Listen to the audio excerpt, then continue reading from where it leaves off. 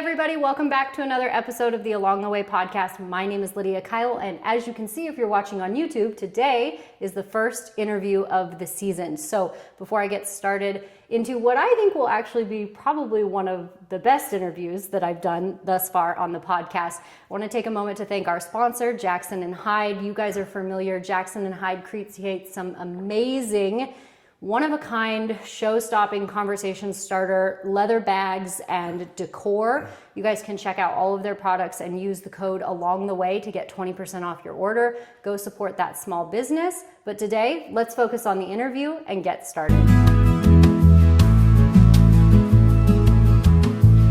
So this is going to be part one of a two-part podcast. We can't call it a series because it's two, duology, so to speak.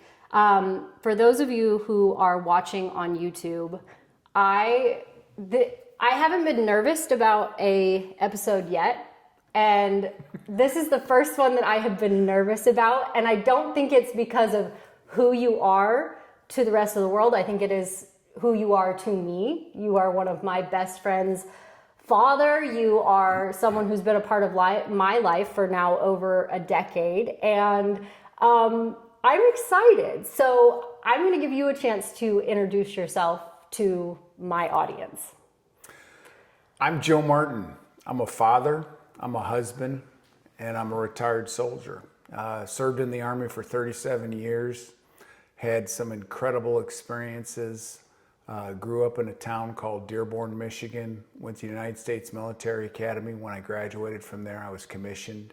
And I won't go over the entire career, but we might do that in the conversation. I think we'll do that in a bit. But it was an amazing ride. When I graduated from West Point, I knew that I wanted to serve for a career, which is 20 years is the bare minimum for a career. And what I found was I just really loved what I did, and one thing led to another. And the last job I had was the Vice Chief of Staff of the Army. The Army's over 1 million soldiers. If you can count the civilians, 2 million people. And I was one of two people who were considered the Chief Operating Officer of that organization. And it was an incredible experience. But and I knew you were going to do that because I knew that you wouldn't introduce yourself and say your rank. So now you have to now. So what was your rank when you retired from the Army? I was a general officer, and I was a 4-star general.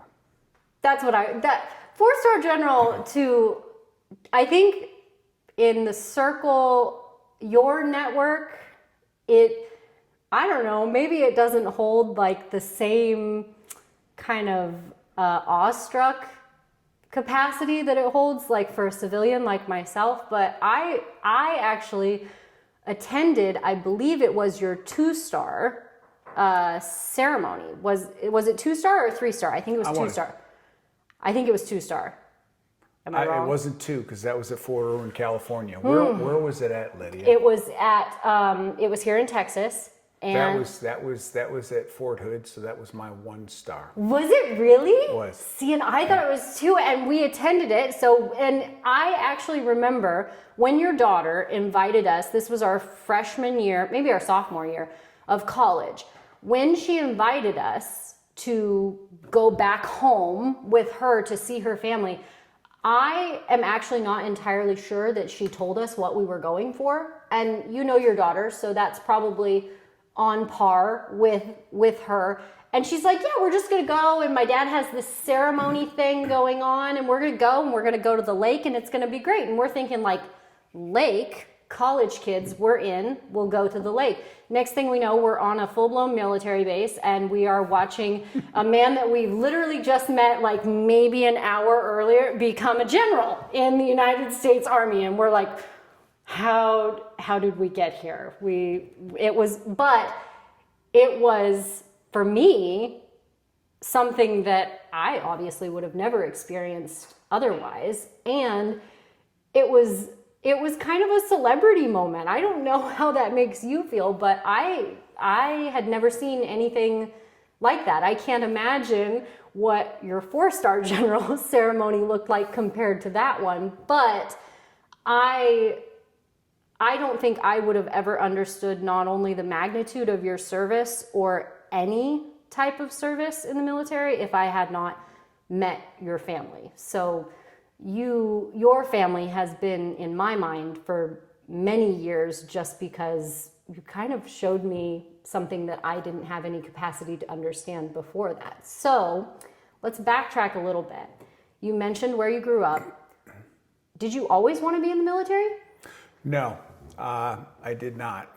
My father was a naval aviator. My uncle was a naval aviator. My other uncle was a naval aviator, and my brother was a naval aviator. And my father, he was slick. He wanted me to go to West Point, and I was a very accomplished swimmer in high school. Not so much an accomplished student, but West Point recruited me from 9th grade on, and they just kept sending letters, and there were several universities that recruited me, and my dad just simply took the packets that came from West Point, kept placing them at the top of the list. And so my senior year I had to decide, and I told my dad I'm gonna go visit West Point, and I went there and I immediately fell in love with it. And I fell in love with it because, I mean, this is going to sound kind of silly because it's not what your typical future college student wants to think of, but I saw the regimented life as a way for me to transform the less than accomplished student and your typical high school kid who may lack focus, but I was an accomplished swimmer, not as good as my son Joey, but it just set me right for the rest of my life. So if you weren't thinking like, yeah, I'm going to go into the military, but you saw West Point and it appealed to you, did you have a different career that you were aspiring to, or were you just, like many young people, kind of a ship at sea? I didn't look that you didn't look that far. Okay, all right. I was looking tactically, and I said, I like what I see there. They got a great swim program. But there's so much more when you become a cadet at West Point. You've got the academics, you have military requirements, your room's got to be clean, you stand inspection, especially your first year, almost all the time.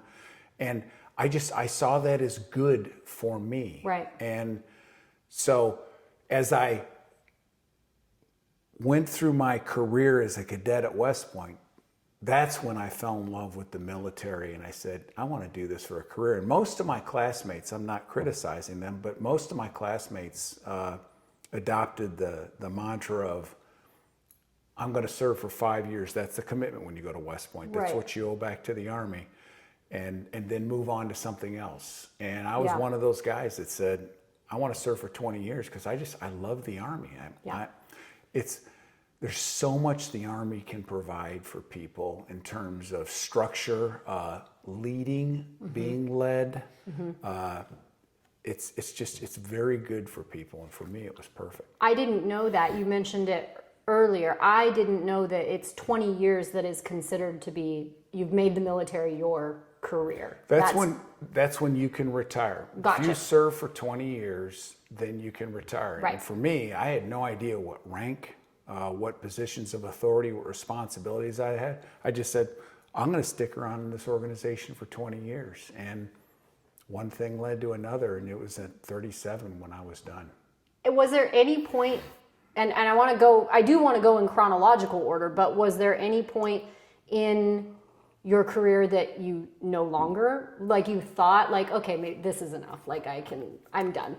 So in every organization you belong to, there are people that, the beauty of the military is this.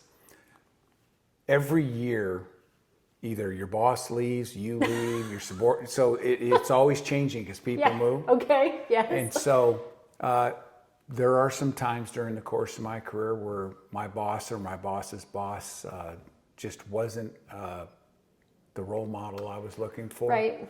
And so there were times during that time period where I thought about, should I be doing something else? But fortunately, I had some wonderful mentors in my family, and that's where I heard the phrase, hey, if you don't like who you're working with in the Army, don't worry. Within a year, it's going to change. Right. And it did. And so I decided to stick with it, and I can tell you, I never looked back, never regretted it. So you were at West Point for 4 years, I'm assuming. Yes. Yes. And then what? So you graduate. Graduate, then the first duty location, you go to a basic course. Yeah. You get your basic branch course in, and then you go to your first duty station. Mine was in Ansbach, Germany. So this is back when the wall was up. It was a bipolar world. You had the Soviets and you had the good guys, and it was a wonderful time to be in Europe. We trained. When I say trained, we went out away from wherever we lived with our equipment, with our soldiers, and we trained. We trained over 250 days of the year, and we loved it because when we weren't training, we were enjoying Europe. And for anybody that's been to Europe, especially Germany, there's so many things to do. It's just a lot of fun. But we were first in Ansbach, and then we moved to a city called Vilseck, which was closer to the border. It was part of a reorganization move within that particular organization that I was in. But in Ansbach's where I met my bride. And I was just a soldier on the frontiers of freedom, taking care of securing West Germany. Right.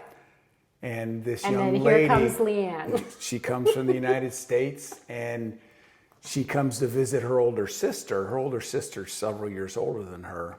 And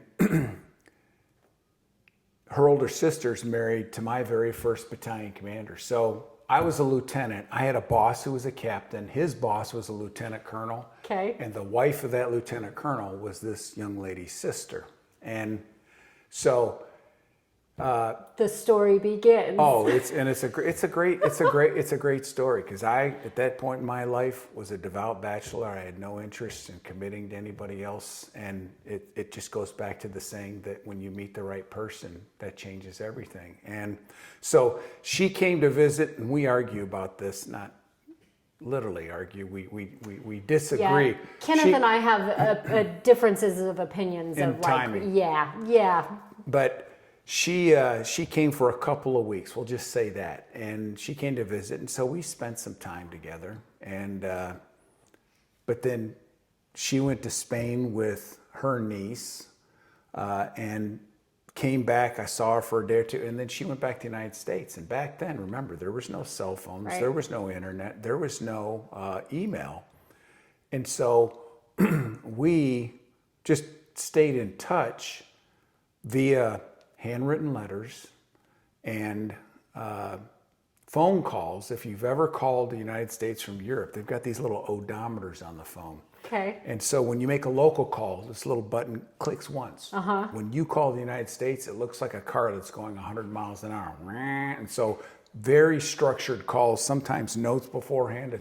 But for months, we would end the call and say, well, it's great to talk to you. I miss you.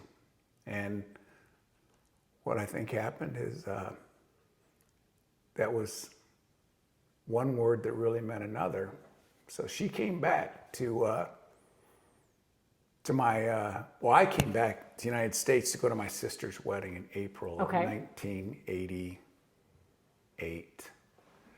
And We'll let Leanne correct us later if she needs to. And she will.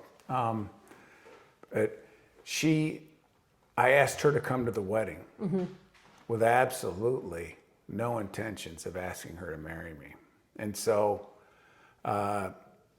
we were dancing at my sister's wedding and having a wonderful time.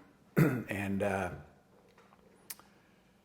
she said to me, music in the background, she goes, someday, Joe Martin, someone's going to be really nice, really lucky to be with you. You know, it's the spirit of the wedding and everything. Right. And like I said, loud music. So I said, it's funny you mentioned that. And that's all I just said. And so we get done with the wedding. Right. And we go back to my house, and Mom and Dad are sleeping upstairs. I'm on the floor. It's 1 or 2 o'clock in the morning. And I'm about to fall asleep, and I still have my tie on, and I feel someone pulling on my tie. And she goes, Joe Martin, you said you wanted to talk about something. And that's when I asked her to marry me. You're like, okay, well, if you want to talk about it right now. Like, And so, we went to bed, and she was in my sister's room. I was in my room, still in the same bed I had been in since I was a little kid, Right. one of those single beds. right. And I wake up in the morning to someone tapping me on the forehead. And I look up, and it's her. She's all made up. Her hair's done. She's dressed. And I'm, like this in bed. You just got done with the wedding the night before. Oh, yeah. And all that comes along with a wedding. Listen, your daughter's wedding was the best party I've ever been to, and I was 5 months pregnant, and I went to a really wild college, and your daughter's wedding was hands down the wildest party I've ever been to. It was epic, and Joey's wedding was no different. It was epic, too. My invitation must have gotten lost in the mail for that one. I apologize. It's all right, it's all right. But so she asked the question. She goes, "So, do you remember last night?" And Lydia, a devil popped up on this shoulder and an angel popped up on this Because you're thinking shoulder. I could say I forgot. Right. And so I paused. And I said, "Of course I do." And she's like, "Oh, you're not telling your parents," because she was flying out that day. I'm not going to be there. I don't want to put this on your parents. You tell your parents. And so she went down to Texas, or back to Louisiana. No, down to Texas. And I was to join her before I flew back to Europe. And I told my parents, and my mother was like, you're kidding, right? And I was like, no, that's what's going to happen. And everybody in my family was disappointed they did not spend more time with her because... Right, because I mean, relatively speaking, it happened very quickly. I mean, it's not, And this was not my first rodeo with someone coming to visit my home that I had been dating. Right. And there were several that just didn't work out. But it all started because we're all sitting in my living room, and my mother's mother, my grandmother, looked at me, and she's just sitting there in her granny way, and she goes, "So Joe, is that the one that's going to bear the children?" And I said, "Granny, funny you mentioned that." And my mom's like, "You're kidding." I'm sorry, what? Come again. But so we got married that December and went back to Europe after our wedding in Lake Charles, Louisiana. Well, this is another funny story. I mean, so we got married in a Catholic church. You do this pre-Cana training. And, Yep. And so I had a priest in Europe. She had a priest in Texas. And both priests said, "This will never work. You don't even know each other." And so we talked them into it, and we did that training. But then the priest that married us in Lake Charles demanded to sit down and talk to us, and he would not marry us until he was convinced that we knew each other.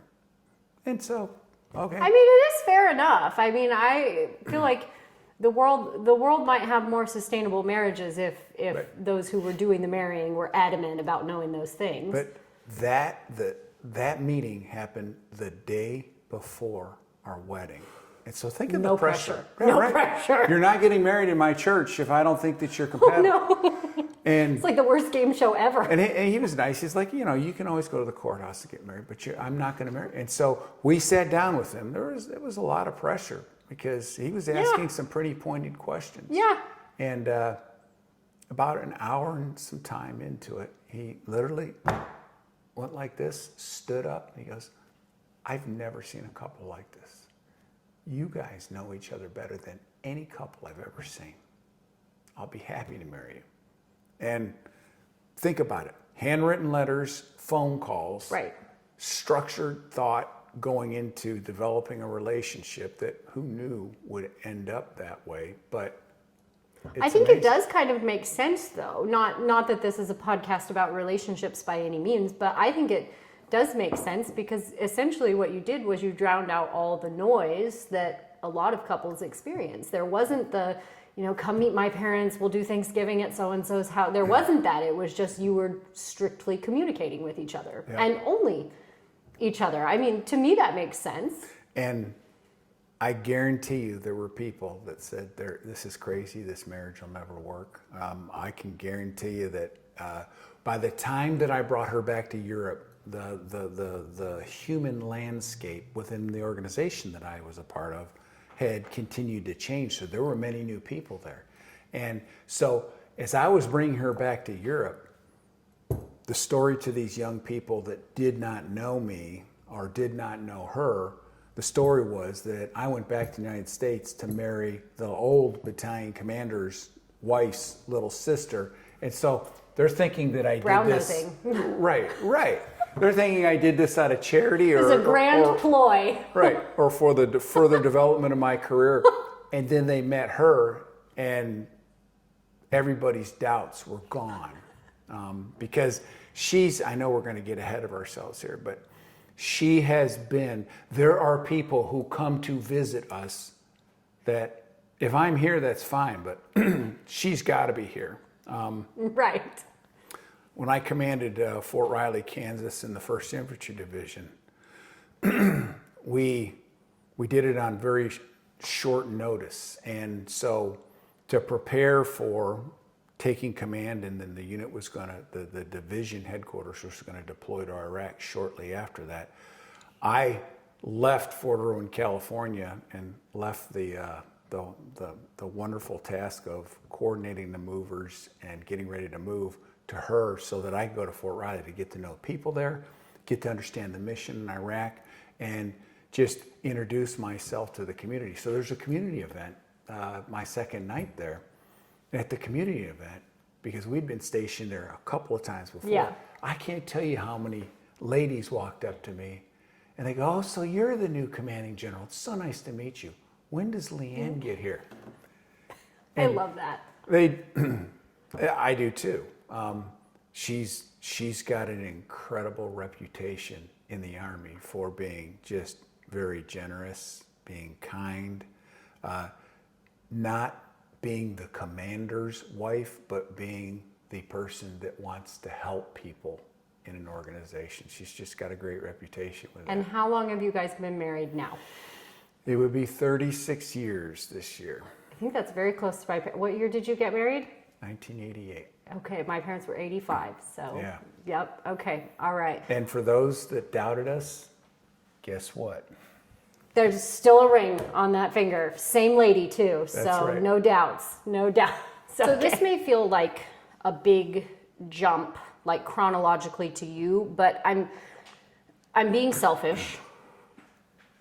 I was in 3rd grade, I believe. Yes, 3rd grade when the Twin Towers were struck. What did that feel like, look like, fall out like for you?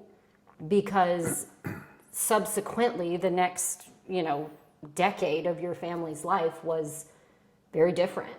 So where were you in the Army at that time? What did that look like? What did deployment look like when you have a young family?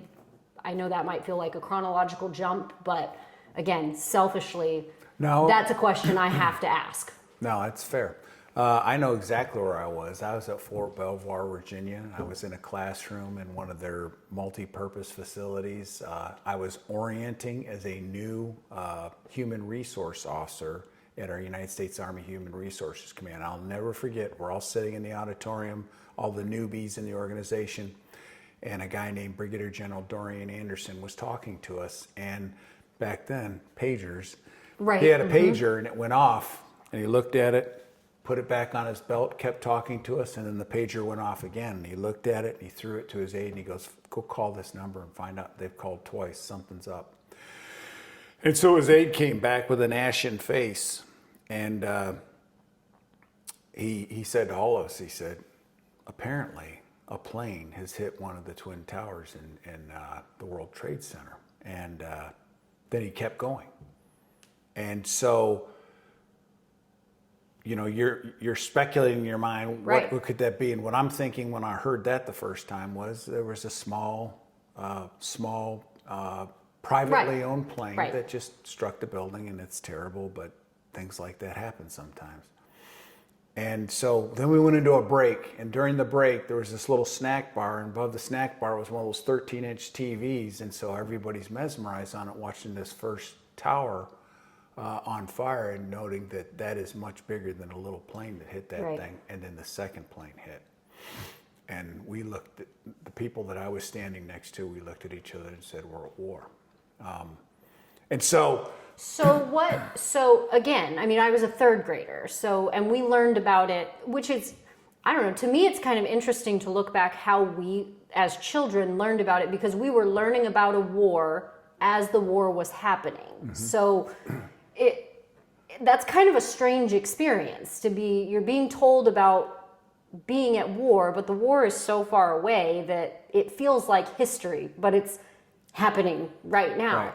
So and obviously you were in the Army, so you have different insight. The second plane hit and everybody knew we're at war now.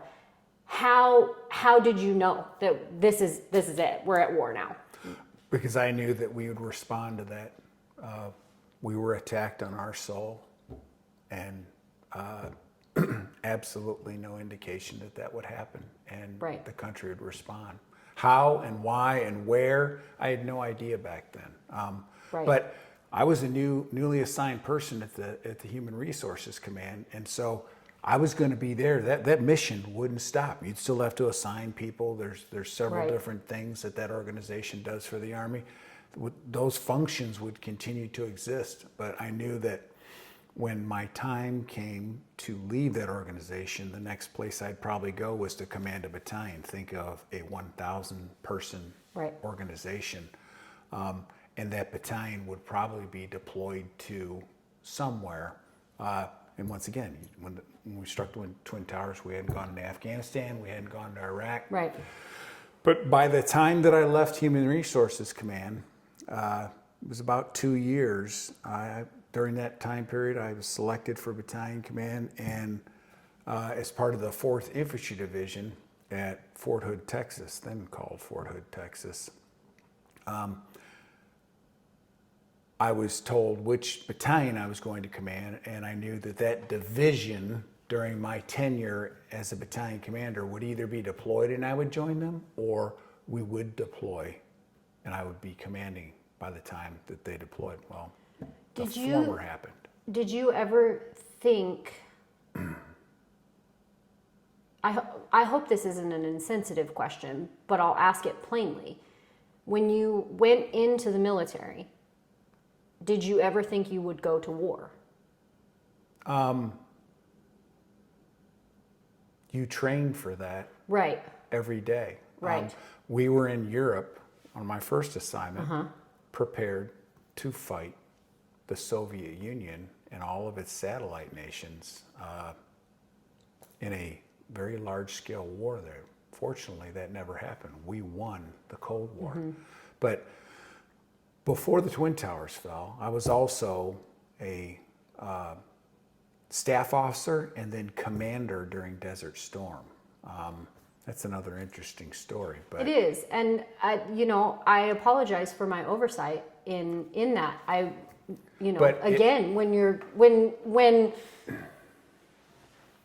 our history education is one, lacking, and two, the millennial generation, I feel, has lived through so many shifts. I don't want to call them catastrophes because I think we turned out okay, but so many monumental, historical, earth-changing events. It's a lot to keep up with. So let's go back, because I do apologize for my oversight. Tell me about Desert Storm.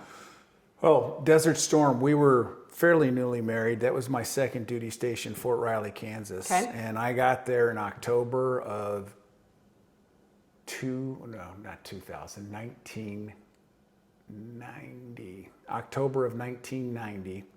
And the division, think of a 20,000 person organization. Okay. The division was Okay. going to deploy to support Operation Desert Storm.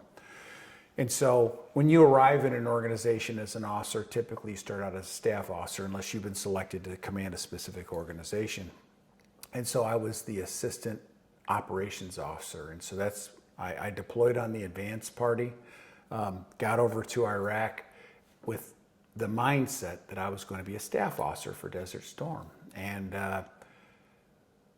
2 weeks before the ground war began, there was an officer that had made a mistake, and so he was relieved of command, and I was told with 4 hours notice to take over this company that I didn't know 2 weeks later would be executing the ground war, but to take over the company. And so I had that opportunity.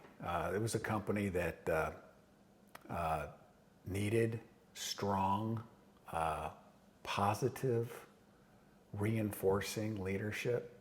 And I met these people and I said, they're all winners and they feel like they're not, and I'm going to help them. And it was an amazing experience because they were incredibly talented, and all they needed was a leader that believed in them, could provide them purpose, motivation, and direction, and continue to improve the organization. And 2 weeks later, we executed the ground war. Absolutely, it wasn't without incident, but Right. the incidents were like tanks breaking, things like that, but not a single soldier was hurt or worse.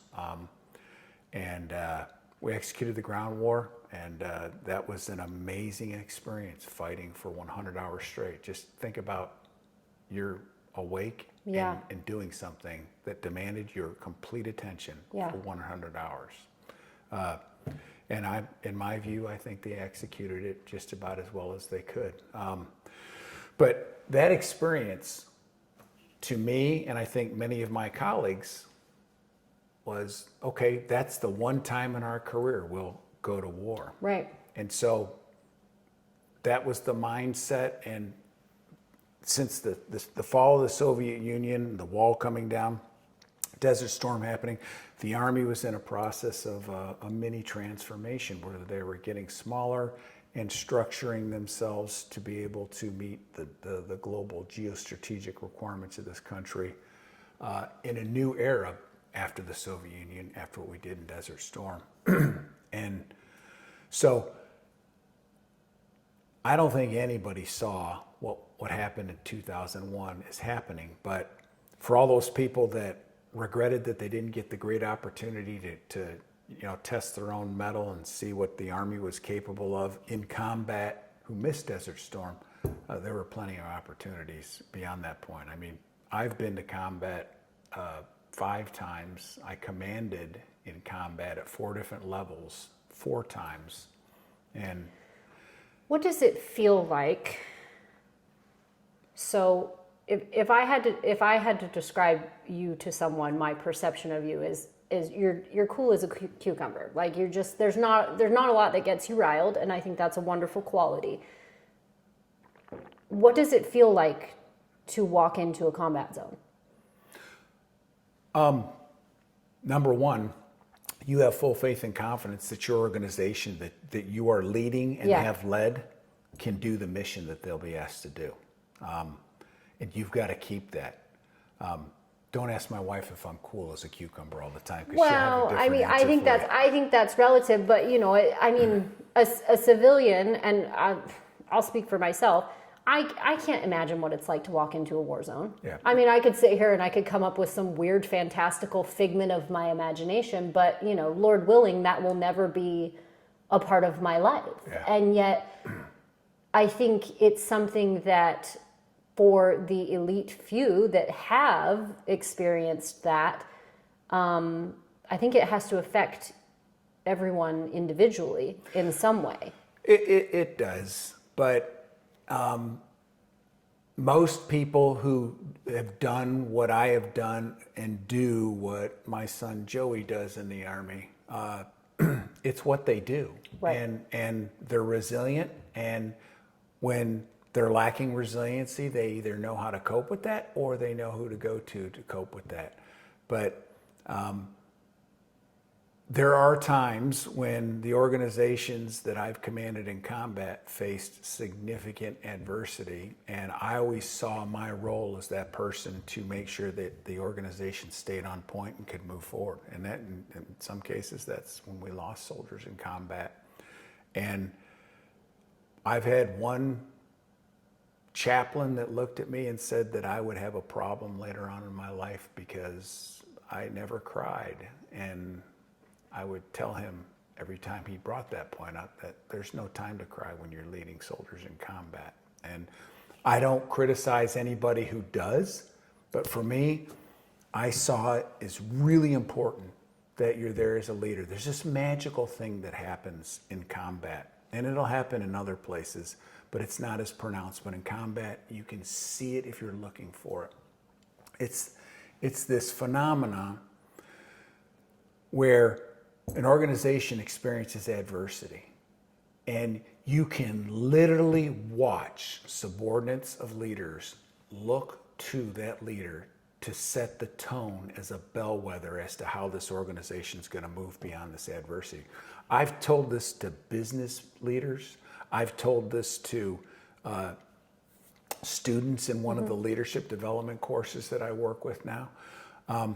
But I would, in combat, whenever somebody experienced adversity, I would change whatever I'm doing unless I had somebody above me that was with me and taking my time. I'd stop what I was doing and I would get to the location where that commander was, and I would pull them aside and I'd look them dead in the eye like I'm looking at you right now. And I could look at their eyes and tell whether or not they're focused or they're still rattled about what happened. Soldier being severely wounded or killed. And number one, they were very thankful that I took the time to do that. But number two, if I thought that they needed some help with something, I'd just look them dead in the eye and say, you need to move this organization beyond this, because that's what that soldier and his family would want you to do. We've got a mission tomorrow. It's not going to go away because we've experienced this adversity. And I can't tell you how many young officers I talked to during the course of my career about that, but that's what leaders do in combat. They provide purpose, motivation, direction, and it's to accomplish the mission, but it's also to continue to improve the organization. And that's where those other skills come into play, to understanding people and being able to help them when they need help so that they can become better leaders.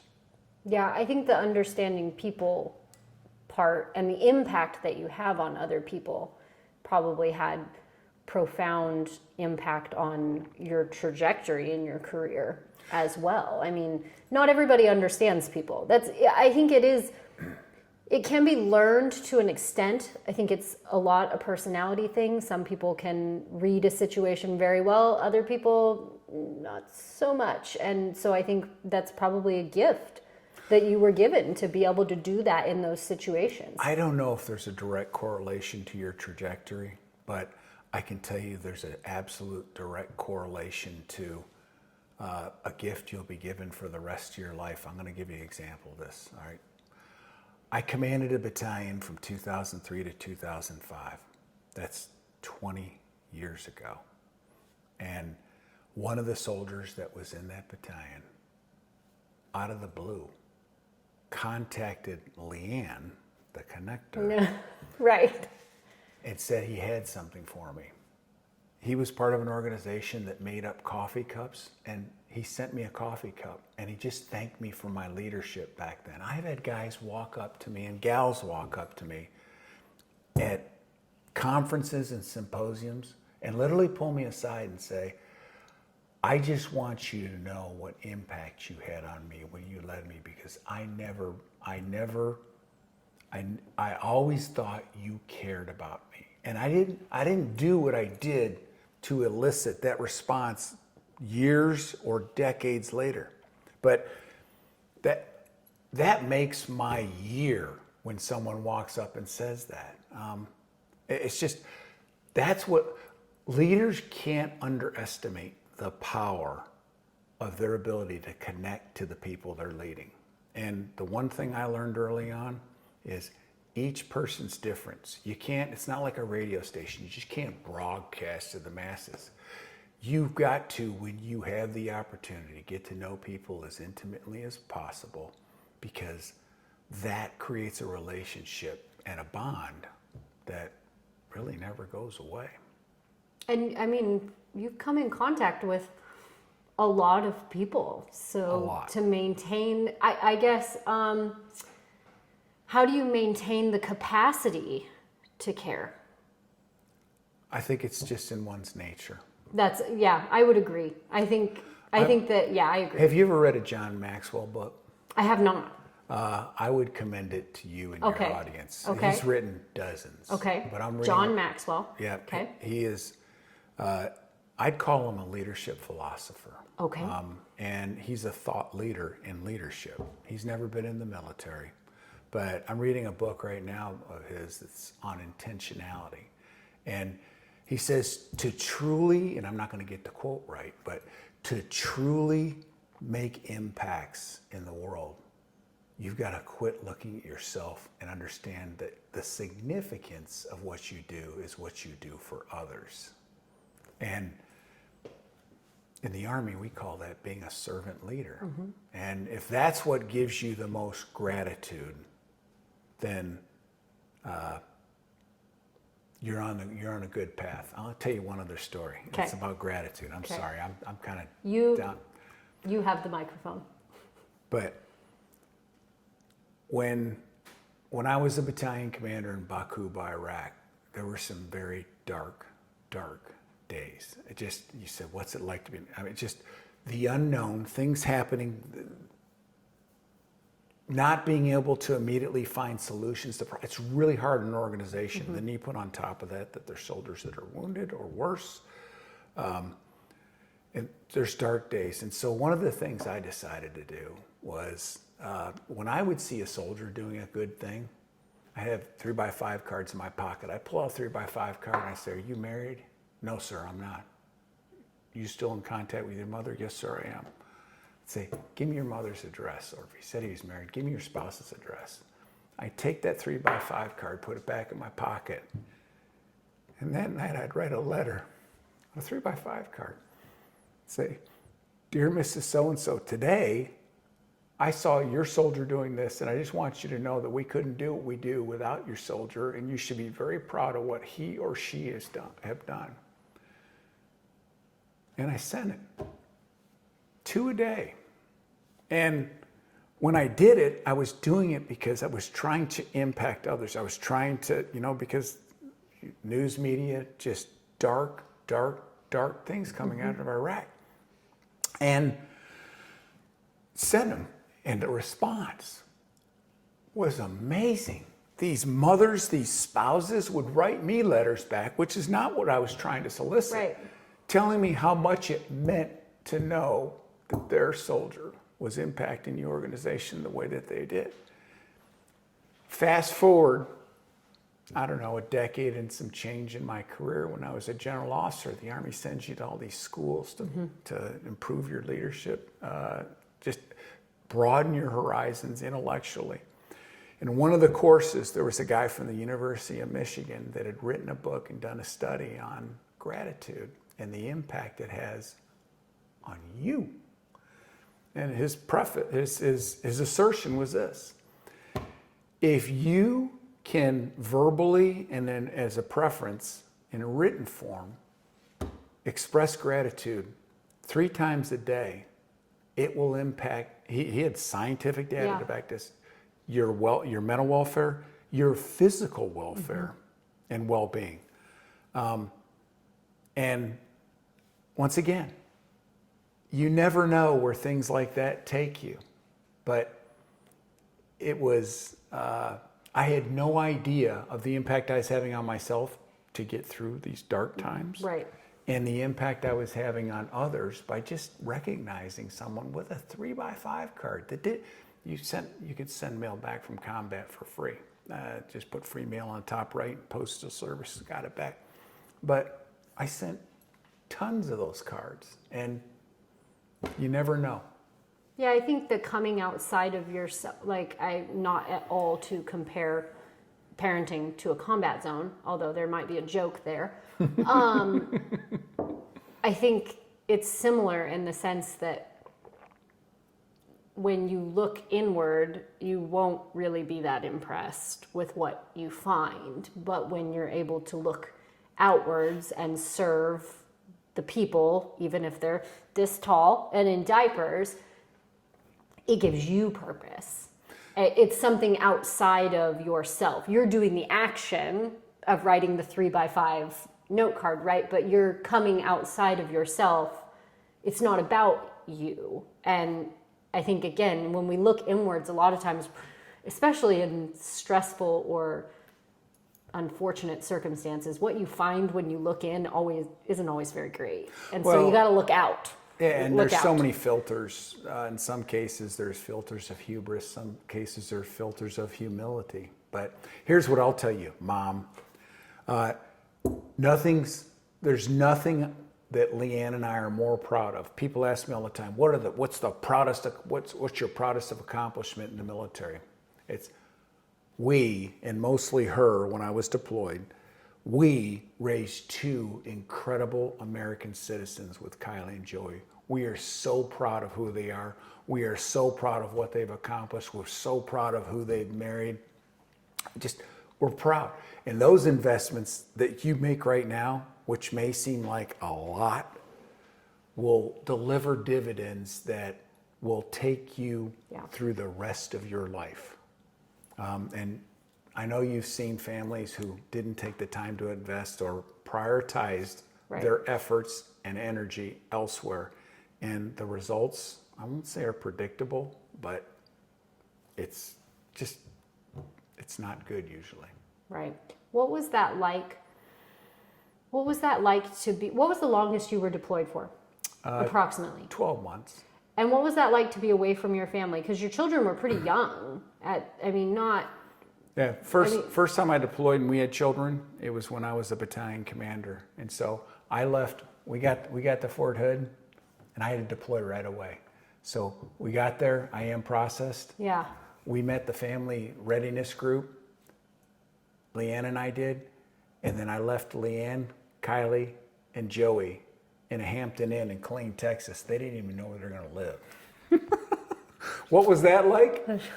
It was interesting. She drove me to where I got dropped off, and she was great until that moment. And then we got to that point where she was about to say goodbye, and of course she started crying, and it's hard. But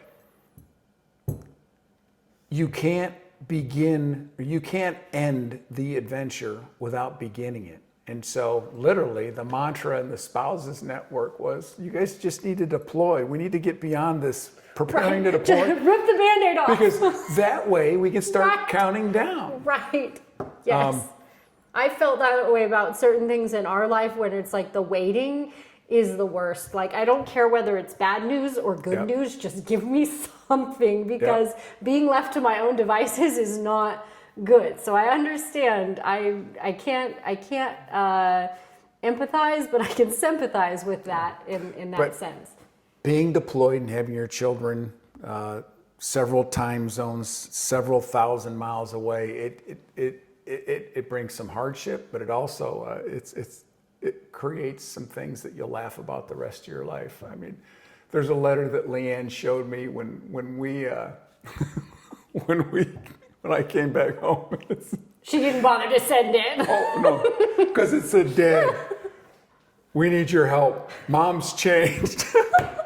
And it's because my son, Joey, he's a great American now, but it doesn't mean he didn't have some rough days when he was younger. He really suffered when his dad left. Oh, yes. I mean, she two quick vignettes. One, he wasn't following the rules. And so I sent a picture of me looking like I do when he's in trouble. Right. And told Leanne, put it on the wall by his bed and tell him to look at the picture if he's ever being a little turkey. There's that. And then the second thing is Joey, and then it was starting to rub off on Kylie. That, once again, they're seeing in the media that soldiers are dying. They don't understand what's going on in Iraq. So they were worried about that. And so I had someone take a picture of me and my personal security team and the up-armored Humvee that I had. And I said, I sent it to Leanne. I said, show this to the kids and show them who's protecting me. I'll be just fine. And you had to work things that way. Right. And then you tried to call as much as you could, but that didn't guarantee that they'd pick up the phone. Although Leanne, she slept with her phone because the depending on the time of day when I called, she may or may not be available. I again, 3 degrees of separation, or is it 6, whatever, I wasn't good at math. My cousin, her, kind of a similar story to y'all, not as romantic per se, but she started dating her now husband right before he deployed for his second tour in the Middle East. He was a Marine, and they started dating very seriously, very fast. It was very obvious where it was going. And she actually stayed at Camp Pendleton for a while before he deployed, and then he deployed and he was gone for a long time. And so they just had this brand new relationship, and then he's gone. And I remember that, even though I was still, a teenager and consumed with my own melodramas of life, I remember how hard that was on her, even just as a young woman who wasn't even married and didn't have children. I remember it took a toll on her to not know when, not know, how many times she was going to get to talk to him, not even really when he was going to be back. And I remember the effect that it had on her. For you, when you came back, was it difficult to transition back into family life? Some people struggle with that, not me. And I wish, I'm glad you got to see the one ceremony you saw, but I'll tell you, if you ever get the opportunity to go to a welcome home ceremony, if it's done right, you'll never forget it. Just think of a gym, families that have been in there for a couple of hours. Right, and just waiting. Yeah. And if you're smart and if you have the ability to influence this, you have a couple hand-picked soldiers you send back early, and they become the MCs who entertain the children, and it's like a show. Yeah. And when the soldiers come back, they fly into where they fly in, they take a bus, they get to wherever this place is, and we typically did it in aircraft hangars and large gyms. But you make it like the Super Bowl, and it was. I learned this from a guy named Ray Ardiano, who was the division commander of 4th Infantry Division, our first homecoming when I came back. And it was good when I came back as a captain during Desert Storm, but this one with Ray Ardiano, he goes, I don't want soldiers marching in and all this. I want them to run in like they're in a ticker tape parade. And I'm surprised I'm not emotional about this, because every time I think about it, I'm emotional. When I was a 2-star commander and I gave the guidance to the team that I wanted to set up our homecoming ceremony, they're like, well, this is what we're going to do. And I said, no, you're not. You're going to do I said, if you need to record this, record it. But I sat there and I went through a sequence of events exactly how I wanted it. And this one senior non-commissioned officer looks across from me. He's like, oh my God, where did you get that from? I said, I've seen it with my own eyes. I'll never forget it. But making those ceremonies matter is really important. And to get to I'm sorry I go off on these tangents. No, don't apologize. It's all relevant. Integrating back to the family was not hard. It was not hard. In fact, every time I came back, integration was not hard. It just wasn't. I think it depends on the family. Yeah. I mean, some people, when you get little kids, sometimes while you're gone, if you're gone for a year, whoever's of the two in the marriage, because there's females that are in the military, mm-hmm. Yes. But whoever is back taking care of the kids, sometimes, hey, I've been doing things this way. Now you come home and you do things another way. That really, I don't recall it being, you can ask Leanne that, but I don't think that was a big deal. Yeah, it is hard. We just did a very short stint where Kenneth was working in one place and I stayed with the kids in another place. And it's funny that you brought up Joey struggling with that, because I remembered even almost immediately one of our children was she was just mad that daddy wasn't there. Like, and she didn't have anybody to be mad at except for me because I was, I was the next in line, but it boiled down to she was just mad that daddy wasn't there. And that was just an injustice to her. And it's like, oh, I get that, kid, but this is where we're at right now. So this is the road we're walking. So that, I can see how, especially for a spirited individual like Joey, how towing the line might be a little bit difficult. Was it, and I have this question for Leanne as well, because I think the perspective is different for mothers and fathers. Other than being obviously very proud of your son going into the military, I won't say following your footsteps, because I feel like he's his own individual. He made his own choices. Did you have any other emotions surrounding that? Him going to the military? Yeah. No, for me, I was just a proud dad. Ask his mother that question, you'll get a different answer. I had a feeling that might be the case. So, he wasn't there for Kylie's wedding. Right. And we got a call a couple weeks before the wedding. And, well, actually, I got a FaceTime call. So he always calls her, never calls me. So you knew, like, something's up. Well, FaceTime, yeah. And I looked at the look on his face, and I knew what he was going to tell me. Plus, I was the Vice Chief of Staff of the Army, so I knew a couple of things. But he goes, I'm not going to be able to make the wedding. And he looked like a kid that was in trouble. And I'm like, it's okay, but you've got to tell your mother, not me. Yeah. Okay, where is she? Yeah. And so brought her over, and he told us, and he flew out 2 hours later. That's how quickly things happen. But he went over, did his mission, and he missed the wedding. Yeah. For those, so the context of that story is, and I will say, that was on my list of things to bring up, and it's interesting because I thought we might not have time to talk about it, but I'm glad that you brought it up organically. I think that was another one of those moments where my life intersected with your family's life, and I had this newfound understanding of what service and military service, the implications of that. Because again, I don't have anybody, I mean, my cousin's husband, but again, I wasn't closely connected to that situation. I don't think I necessarily had any foundation to base an opinion on. And I think that was another one of those times where your daughter, Kylie, got married, and her younger brother, Joey, was to be in the wedding. This was a big deal. It was a big wedding. It was a fantastic wedding, and he wasn't there. And I think one of the most eye-opening things for me was he did get to call.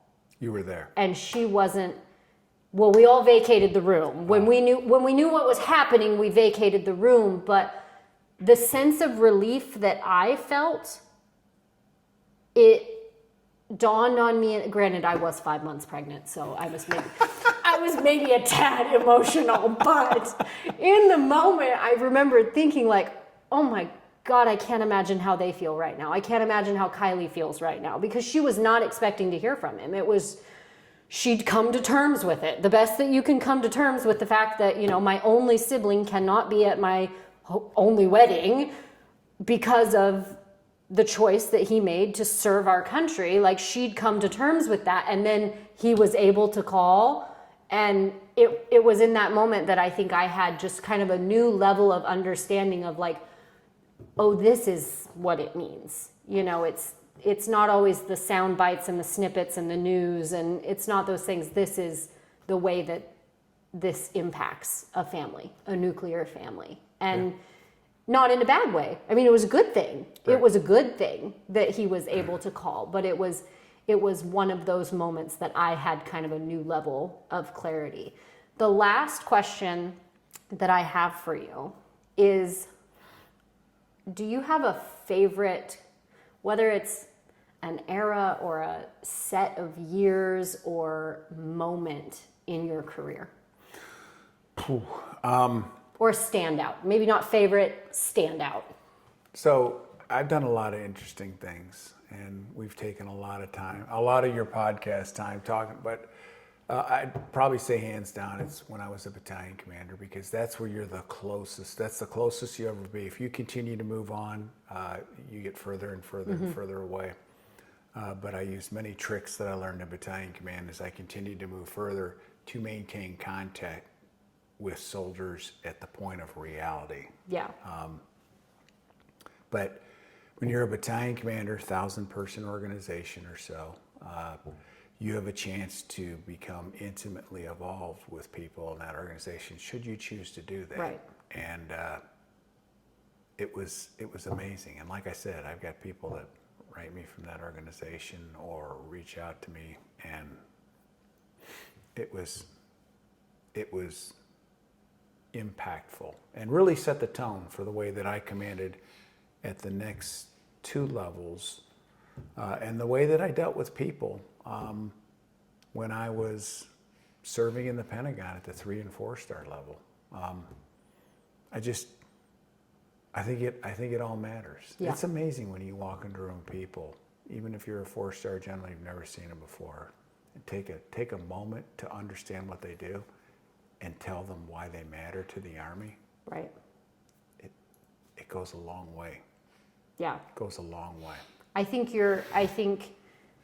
after hearing you talk about it, I think in the least, obviously, the least cliche way to describe your service is service. You took that literally. Yeah. Your service was literally service. Yep. And thank you for that. Well, thank you.